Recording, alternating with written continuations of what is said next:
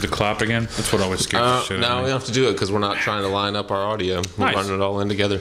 All right, I'll just move this a little closer then. All right. Are we going? Yeah, we're good. We're testing. Testing. One. Welcome to Fireside Tats, Welcome the back. premier tattoo education podcast in America. Education. Education. Worldwide. This is episode 18, and we're back from the Meeks studio. I love it. I like it here. Yeah, but we're going to paint the really walls a cleaned little darker, maybe. You gonna hang some of your own work up too? Hang somebody's work. I don't know about That'd be mine. nice, yeah. Well, we could, though. Well, we definitely need darker walls in here. I was thinking about donate a piece chalkboard walls. Really? Yeah. Get a Max in here. Yeah. Help you decorate a little bit. Yes. Have you guys gotten these shoes yet? Did you Zoom pan? in on these No, I don't know bad if you boys. want Just to. try to Not zip too in close. there from time to time. I don't want to. I don't want to make my show, our show, all about Crocs, but Croc, these if you're bad out there, boys. he could use a new pair, right? Yeah. all about Crocs. That would be a pretty Those good definitely. show. Those look like you've worn them in pretty well. I've worn them in. These are old Crocs, man. These are retro. I'm bringing them back. I like them. From 2000 and whenever. So today on Fireside Tats, the premier tattoo education podcast What are we going to talk in America, about? we're going to talk about how Jesus can save your life like he saved ours. Oh man, that's a good. I mean, Yeah. we've talked about doing this before. but- Yeah, it's good. It's about it's time. today. It's today. 18. I thought it would more of a Yeah. kind of a biblical number. Yeah. No, that's not what we're talking about. No, we're not going to talk about that, but we'll hold that for a more biblical number. What is a biblical number? Well, I don't know. Maybe like 36 or. I would think we'd have to have 24 a hyphen in it to be a biblical. 12. Thanks. Oh yeah. Disciples and stuff. Yeah. We're past that though. That's what I was saying. 24. Yeah. Okay. Well, we'll save it then. Today, let's just answer a couple of questions from viewers. I was gonna lie and say that these were both our viewers, but one of these viewers I stole from another tattoo. You did not. Yeah. Wow, They asked a question on another forum, and I thought it was a good one, so I snagged it. That's all right. We're gonna answer it better than whoever answered it on the forum. Well, I don't think there's anything wrong with. And I did not read any of the answers on the Education. forum with a little education. I did not read any of the answers on the forum, so I'm not regurgitating someone else's answers. And I have no You have no mention or thought of these questions whatsoever. So You haven't even been on my the internet answers this year. Shall be pretty spontaneous. I'm going to think. Yeah, as usual. So follow us or like us. Oh shit! Like us on Facebook and go to firesidetats.com. Sign up for our mailing list. Subscribe to us on iTunes and give us a 5-star review and write a comment, a nice comment. And YouTube, you can. No one clicks like or dislike on YouTube. I noticed that. You'll see something that has like 4 million views and 15 comments. People just don't talk about stuff on Maybe they YouTube. only watch it for like a second and then feel like they've got to go on. I don't know 15 how. seconds. That's what. That probably counts as a view. Maybe you're right. You're right. All right, so let's dive in. This is our If you're first cool, one do you for have the any new year, announcements you want to too. make? No, I mean we've already talked about we're going to be in Austin. Yep. We'll be in the Austin. Probably for our next. I think by the time this comes out, Austin will be long gone. Maybe we'll be going to another convention by that point. We'll definitely have some announcements one way or the other. One way or the other. Oh, let's jump into question number 1. We're only going to go with 2 questions because I think we can fill enough time with these 2 questions pretty easily. What's the first one? The first one is, hi, David and Jake. Oh, I am a new tattooer. I enjoy bioorganic tattooing and draws in a bioorganic kind of way, I guess. And but no one in my area is into that style of work. How do I talk a potential client into letting me do a specific style when I lack examples, experience, etc. in that style? Yeah, that's a good question. It is a good question, and I think it's a common question a lot of new tattooers especially have. Yeah, especially if you want to go in a certain direction and everyone around you is pushing you in probably another, or like you said, the market is kind of demanding you go in another, and I think that's fairly common. There are a lot of big cities where certain trends take over, and a lot of people, you've got, unfortunately, especially with art, you got to, I say not cash in while you can, but sometimes, you got to give people what they want. If they want that, I Sacred think, Heart, or they want something. yeah, or whatever they want. I think that he mentioned at the first of the letter that he was a a beginning tattooer. Yeah. And I think that that's the key to the whole thing. Tattooing, especially building a relationship with a client, it takes trust. And trust is developed over time of doing. They see work that you've done. They begin to trust the way that you draw and your quality, and then you probably can have more and more say in what you're doing as time goes on. I don't think many people are gonna look at a portfolio that's pretty thin, and and let you do bioorganic work or whatever you're looking to do on them. A lot of times, especially when you first start, I mean, you're going to be pushed to do basically what we call street, shop work, stuff straight out of books, flash work. But I think that, I mean, we talked about that before. There's a certain thing to be said to getting, say, a technical ability behind you before you start doing stuff that you want to do.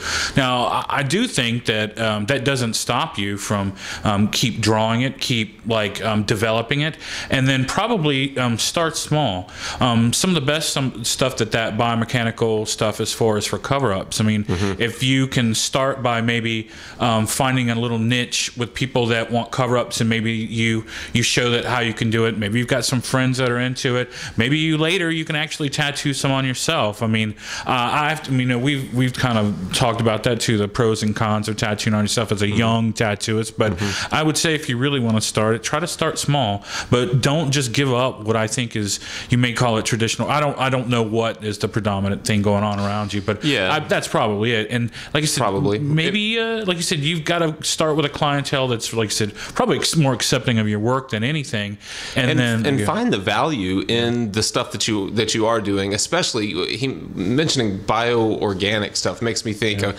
that's pretty technical type of work. A lot of times it requires layering. It requires a real understanding of how far you've pushed someone's skin. When you're coming back in and noodling with a liner at the end to build textures and trying to catch light in different places. And if you're a beginning tattooer, I guarantee you don't have the skills to pull that off. You may pull it off really well in paint or on paper or whatever it is, but you really need the stuff we always talk about, the text, the tribal, the traditional, the stuff that tests your technical competence more than your artistic competence. So find the value in that and use it and get something out of it. I would say, instead of being bummed that you're not doing what you want to do. Yeah, and I've definitely, we've definitely met a lot of artists that have turned some of those same styles, like that started, as a really traditional artist, but started doing that on the side and found their own kind of way or style that kind of mixes and match it. The more that you can bring some of that element into the traditional. I'm not saying, make your organic hooks and other things like that, or making everything in a test tube, or everything's got some kind of 1,000 sheen, or a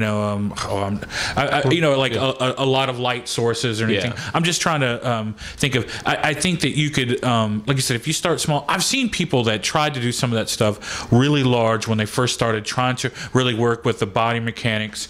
And I say start small. Don't get outside of, like you said, your technical ability.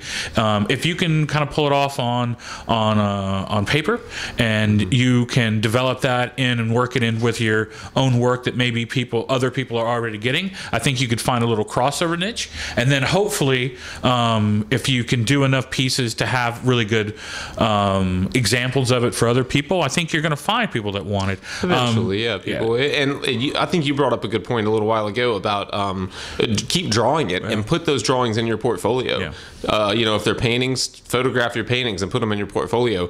And if there's a market for it, then you'll find it a lot easier if people know that you actually do it. You don't necessarily have to be tattooing it today to promote yourself as the artist who does that. And I hate to pull up, I don't watch a lot of tattoo shows, but one of them that we were flipping through, just because one time they were basically showing some of the worst things that other shops can do, like not taking lights, just bad. But one of the first things he said is, like, maybe 10% of your overall, say, income for a shop, maybe some pieces that are like that. And it's like, if you're getting all of those, well, good for you. And if you're getting all of them in that city that you're in, you're probably, like I said, you'll find your niche eventually. One thing is, just don't give up on your mechanics first. Like I said, don't give up on some of the traditional stuff. And like I said, more and more try to find your little crossover niche. And then, like we said before, make examples available. The more that you do, the more that you'll be comfortable with it. And then the more people see that you are comfortable with it and that you don't have. And like I said, I think like there's a lot of people that use cover-ups a different way. I use a lot of stuff like that. And I've done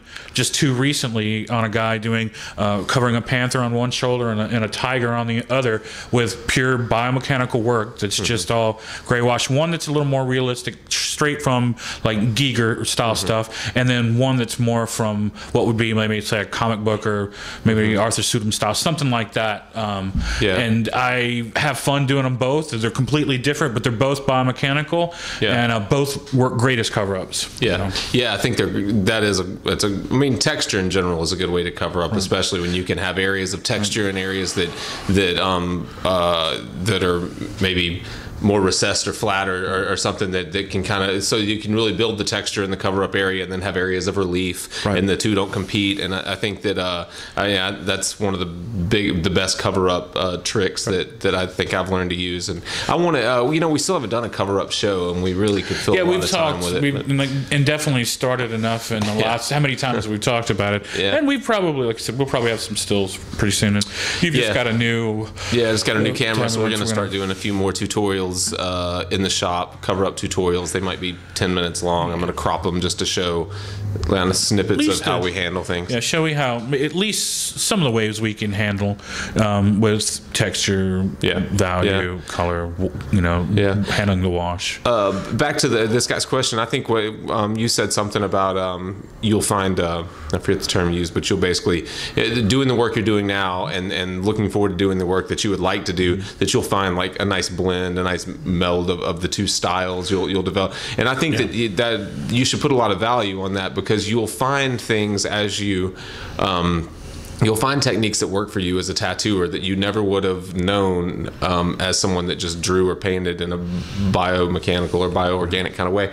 And those will become like facets of what you think you want to do. You'll learn that like, wow, I'm really good at pulling these types of blends, or I like these shapes on this part of the body really well, and you'll find that you start to meld what you think you're trying to do and what you're having to do right now, and you'll probably come out with a much better product at the end. I think so too. I think that's a great idea. I mean, and also we've said before, it's like just keep some type of sketchbook, something like that, that's also like a progress for you, so you can see beginning and see where you're going. And then we always say, I hate to say sometimes, don't just copy example, don't try to sit there and look at somebody's art. Do your own version. Start from that, see if you can replicate pattern, shape, and then you'll get more out of it. I mean, always use probably some for inspiration, no matter what, so you can see a good final product. But if in the end you want to really get into like changing your style,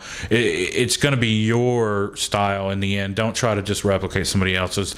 I'm going to do this and that'll become my style. Just try your own for a while. I mean, trying to work, say, out of a place that you are. I don't know what shop you're in now, but just throwing all the basics out the window won't get you any farther either. Do the work that comes in the door, and then hopefully you'll find your clientele, and your clientele will you'll end up tattooing people the same. You'll find clients that stick it out with you through the years, and I wanted to go back to the idea of building a relationship and building trust, and it kind of goes both ways, because there are people that I tattoo today that have some of my earliest tattoos that have stuck it out with me over the years, and I can see the evolution of my tattooing on a single person. And the trade-off there is I have a lot more say with those people in the tattoos that I do today, and so do you. The people that you tattoo a lot, you don't necessarily have to show a drawing 2 or 3 weeks before and work things out slowly, and they trust the way that you draw. They trust that you're going to make a nice tattoo, and they'll you could show them a drawing the day before, and they'll say, oh, if you think that's going to work, then that's great. So the other side to that is you in that relationship is that you've learned what that person likes. So you're constantly kind of bending to what they like. There are people that I still tattoo. I hate tattooing words. There are people that I still tattoo words on all the time because it's what they like. So it's not like you're going to find this magic moment in time where you get to do everything you want to do and all your clients' wants and needs kind of to fall by the wayside. You're always going to have to bend to what people want to a certain extent. A good example of that is I saw a video of not too long ago of Nico Hurtado, who's arguably the best portrait artist and tattooer around right now, doing text on someone's shoulder. That was a NBA basketball player's shoulder, but it was someone that wanted that text, and for whatever reason he felt obligated to do it. So if that guy who turns down tattoos on a daily basis is doing text on someone's shoulder, then that should be the perfect example. You will never get past that. And we like we said before, though, don't give up on your those things that really don't give up on those. But we definitely know people that start to cut off their work to a certain I'll say not clientele, but they're definitely, because of the waiting period of the stuff, you may never get calls back, that kind of thing. Sometimes it's a killer for some people. Now, for a lot of work, I mean, if you're that good, it's never a big deal. But I almost feel obligated now over the years when like I said, you're tattooing so many people that sometimes you doing the little stuff makes a big difference to people, and it gives them make sure that they can kind of trust in your shop. That they still can walk into a place and get something that they really want, and don't have to just get these grand, magnificent schemes on them. Which is, I like to do large tattoos, but for people that are ready for them, and for people that really want them, and they can sit through them and really experience them and enjoy them, and kind of get a life of its own. While some people want to, if they want a word on them, they want to, hopefully not a name on them or anything like that, but it comes and it goes that way. And that's another. You've got to make people happy. Your clients are, in the end, they've got to wear them for a lot longer, and you'll be a lot prouder for them for even those little things you do. Yep. I saw a I don't know if it was an article or something on Guy Atchison's website, and he was showing this tree that he had done, and it was a cover-up. It was on someone's upper arm, and it covered 2 or 3 tattoos. It was really intricate and really nice, and it wrapped around to his inner arm. And halfway through the tattoo, the client decided that he wanted his kids' names and the leaves. And of course, the guy hated the idea, which he thought it was going to ruin his tattoo. And he ends up giving in and doing the names, and they're really nice, and they're on the inside of the arm, and they're not really noticeable, and they don't really detract from the tattoo. He did a nice job with it. And and the guy talks about how much his kids love the tattoo because they love their names in it. And Guy was using it as a point to say, look, you think you know what you want to do, and sometimes you do have to bend a little bit, because the tattoo means more to that guy and his family because of it, And I think Guy has a kid or something now, and he was like, I understand it more now than I did when I was doing the tattoo. Now it's a bigger deal.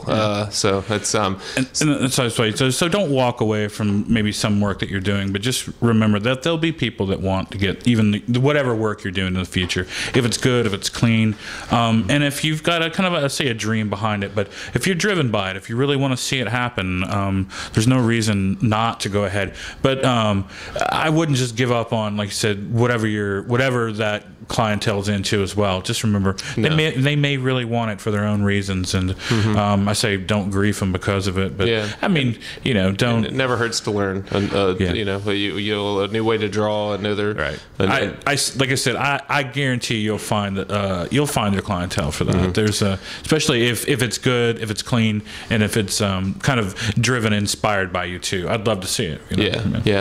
The most practical advice out of all that is to put out drawings of what you think you really want to do, include them, get them out there, put them in your portfolio, continue to take care and build relationships with the clients that keep coming back, and you'll find a happy. If you're working hard, if you're putting in the effort, and you're making nice tattoos, then you'll end up doing the things you want to do eventually. But you will, you'll end up doing the things you want to do eventually, along with the things that you're always going to have to do. Right.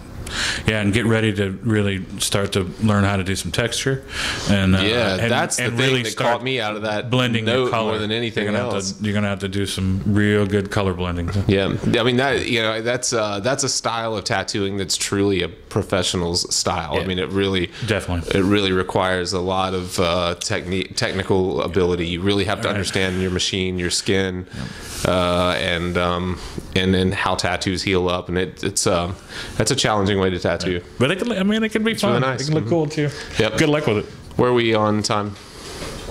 Okay. Oh. Do you have anything else you want to say on that one? Let's take a break and talk about the next one. No, like I said, maybe study some people that really do it well, so that you can at least inspire to a certain direction. Yeah. And there are people that people that really do that. And that style you well. mentioned Guy earlier because he's a perfect example, and Guy even sells his own. He sells some handbooks off of his website, and if you really wanted to have a master class, you could at least start reading that and follow some of his work, or follow some other people that have really tried to. There are a lot of people that are and there pushing are, because it's been around for at least 12, 15 years, and we know. Yeah, probably so. He was the first one I ever saw working in that style, but there are a handful of people that have really pushed it. I think Nick Baxter is one to me that's really taken it to a different level.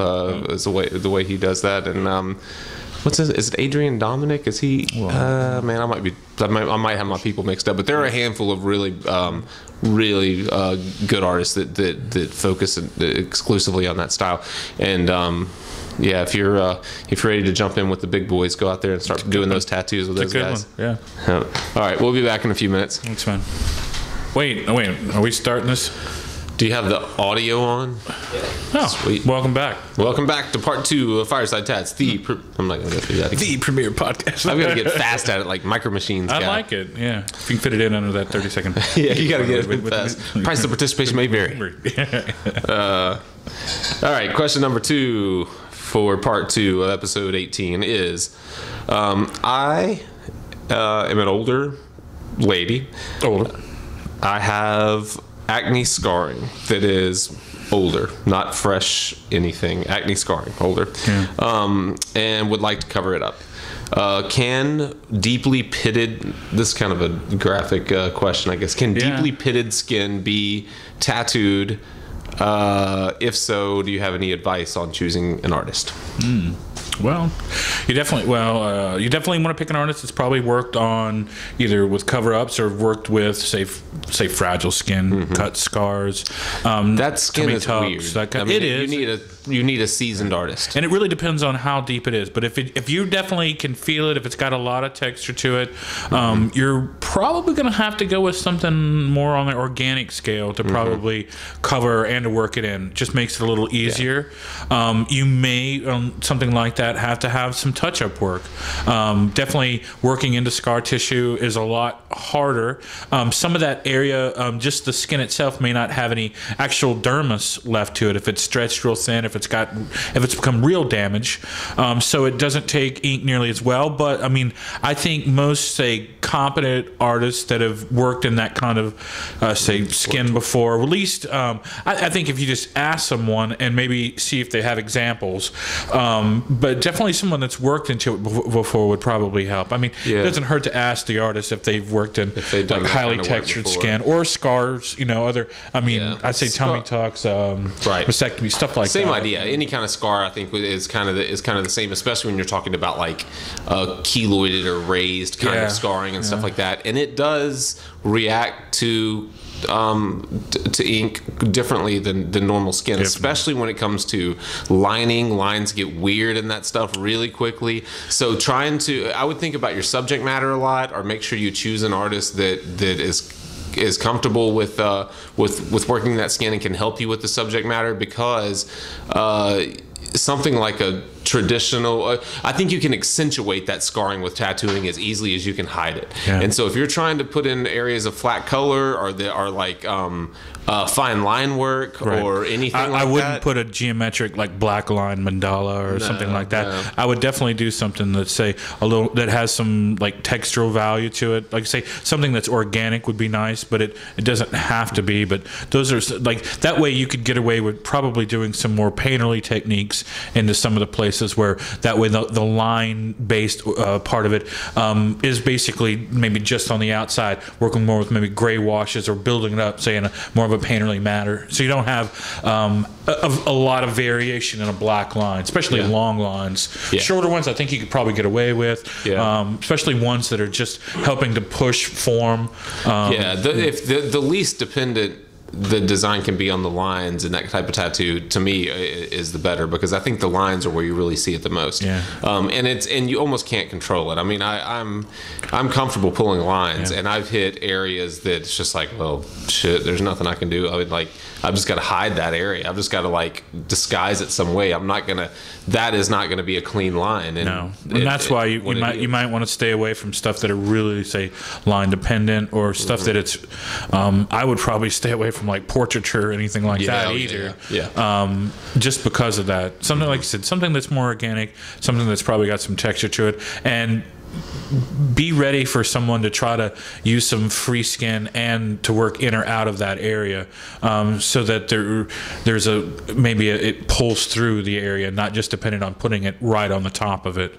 Especially if it's on your shoulders, they may want to pull it down onto your back a little bit, or over onto your actual shoulder blade, or the cap of your shoulder. Like I said, try to work with the artist. Normally, when I do cover-ups in general, I like to use a little bit of the space on the outside of it, and that's even with, say, textural cover-ups. And that could be anything. Like we've worked on people that have self-scarred, stuff like that, and those kind of textural marks, or you just probably, like I said, give your artist also a break with probably having to go back into it. I mean, that's something that you're gonna have to, because of the uneven texture of your skin, and just get ready for you're probably gonna need a touch-up. And that, just get ready for that. It's what I'd say. I didn't relate the two, but I've probably done a lot more cover-ups on like self-inflicted kind of scarring than I have even really, really bad acne scarring or other types. And the thing that I think of in that is that I like to, a lot of times it's a lot of like similar marks, and I like to try to use those marks in the design some way or another to help disguise them. And I think that probably applies to badly pitted skin too. That's why you brought up organic kind of work, and it's funny that we asked that these two questions are so closely related, because we were just talking about someone that likes doing organic tattoos. And we've definitely seen some really unusually, say, burned skin, and other examples of skin that have gotten great examples of, like, say, textural, like organic biomechanical cover-ups and stuff that work really well for. That may not be your cup of tea, but you need to, you're probably leaves, textural leaves, I say. And saying it might not be your cup of tea. You're going to, if you want to cover that and cover it effectively, you're going to have to give up some control on the design, especially when you mentioned a portrait, which or some type of really traditional or thing, or some type of solid black work. I think you can just as easily draw attention to skin like that as you can hide it, maybe even more easily draw attention. Sometimes, like when you cover, I say that because I'm picturing, I've done a few tribal tattoos on people that have bad kind of keloid scarring, not necessarily acne, but kind of like cuts that have scarred up pretty thick. And I think that they're 100 times more noticeable when they're solid black than they are when they're skin tone. And that's almost with any like open field of any color. If you haven't, like, say, we talked before about like, I've seen people where they've got an old homemade tattoo, and then they try to cover it with something, and then they want something else to cover that, and you'll still see that old texture mark if it's like I said, if it's keloid or whatever. So if just by putting any flat, say, it could be a square of any color, that's why, like we said, we usually vary the value of it, try to do some textural gray wash to help break that up too. But you're going to need some texture to it. You're going to need definitely some value, probably color, but it's not necessarily, you don't have to. But the pitting alone offers itself to some things, while like you said, the scar that's there, the actual any skin that probably has like zero epidermis or zero dermis left, so it's just epidermis and maybe a little scar tissue where it has no like second through fourth layers of skin that actually hold the ink in place. It's going to be very hard to put that in, and so trying to work with probably something that, like I said, has varied value, color changes and stuff, helps quite a bit, so that you see it less and less, and not depending on like an open field of color, especially a flat color that'll never cover it. It's funny that you are it's funny that you compare it to covering up another tattoo, because it's a lot like that. It comes down to not necessarily covering the thing that you're trying to get rid of as much as it is disguising it and drawing attention someplace else. Right. So you brought up trying to get outside of that area and using, like, if you're doing a cover up on a shoulder, Yep. pulling it over to their arm, or if you have bad scarring on the middle of your back, pulling it lower out to the sides, where you're not only dealing with that texture, where that texture can become something that's lost in the bigger picture. Yeah. And usually my cover up, I'll do a lot of them where you're basically moving the eye out of the area. And that takes little tricks, techniques, practice, and then finding an artist that'll do it. I don't think that should be much of a problem. But some people enjoy the challenge of that kind of stuff. Exactly, and you're going to probably find someone that actually, like I said, that probably has a little bit of a textural can do a little bit more of that in their repertoire. So when you're looking through their portfolio, make sure that probably that's what you're looking for, something that has texture, some little finesse to it. Maybe something. I mean, I say there's maybe some traditional artists that could cover it too, and maybe working in with something. But probably so. I think get you an artist that at least has covered up work that you're talking about, worked in skin that you're talking about, and then ask them what other stuff that they've done. Like I said, like keloiding, self-inflicted scar, anything that will give you an idea of whether they could do it or not. And then maybe, like I said, sometimes it never hurts to just see what they actually put on paper. You're not probably going to find a ready-made flash design to just throw on your back no matter what. And so maybe give them a chance to actually see what they come up with. Like I said, as long as you're not depending on some kind of geometric, hard, flat, open, big design like that, I think you're fine. Yeah, I think you can definitely justify asking someone's level of experience in this tattoo as well. I think that you need someone that has dealt with that kind of skin more than once, because it's not. I say that because I've tattooed over big scars quite a few times now, and it really took me a while to realize the limitations. Because you go through a phase where you really think like, well, this time I'm going to get that line in. Last time it didn't work well, but this time I'm really going to get it in, or I'm really going to pack that color through that scar, or I'm going to hit it a little lighter, and then I'm going to get away from it and come back and see if I can cover it. And so you get into this idea of like, I can fix this, instead of saying, okay, these are the limitations of this. Yeah. How do I work around it? And so I think you need to find someone that's done that quite a few times and has really worked out the kinks. And like you said, definitely be prepared for touch-up work. There's only so much control that tattooer has, and the rest of it's up to your skin, and that skin is damaged. So. Yeah, and I'll say that too, that the first thing you should probably do is, like, if the artist doesn't seem into it at all, if he doesn't actually want to see the skin and just tells you he can do it, if the entire time he never looks at it or actually sees what's wrong with it, but what's going on with it, then I wouldn't even. I mean, I say kind of be a little weary of that artist. The first one that says yes doesn't mean he can do it. You want somebody, like I said, that has an honest opinion and that can actually show you something too, like on paper. I would say in that case you're probably going to do okay. Seeing a little work beforehand, and not someone that just wants to slap something on you. Because if then have a good idea some of the things that we've talked about, but come with a couple. Don't come with one idea, because that may get shot down, and you may just have to. Come with a list of things that you like. That's the easiest way. These are elements that I really like and that I would like to represent in some way. Right. Instead of having a really strict idea, and I don't mean to put to put words in whoever's doing the tattoos mouth, but I don't think that a traditional kind of approach is probably. I don't think that flat areas of color will ever work in that situation. You might run into a tattooer that thinks they're going to do that. And you can tell them the guy on the podcast said that's a terrible idea. Yeah, that's why I don't want to say be like some traditional artist that says I can do texture, or I'm throwing words into people's. But I mean, I think that there are going to be certain styles that lend itself to it a little more naturally, and hopefully you'll recognize that probably sooner than later.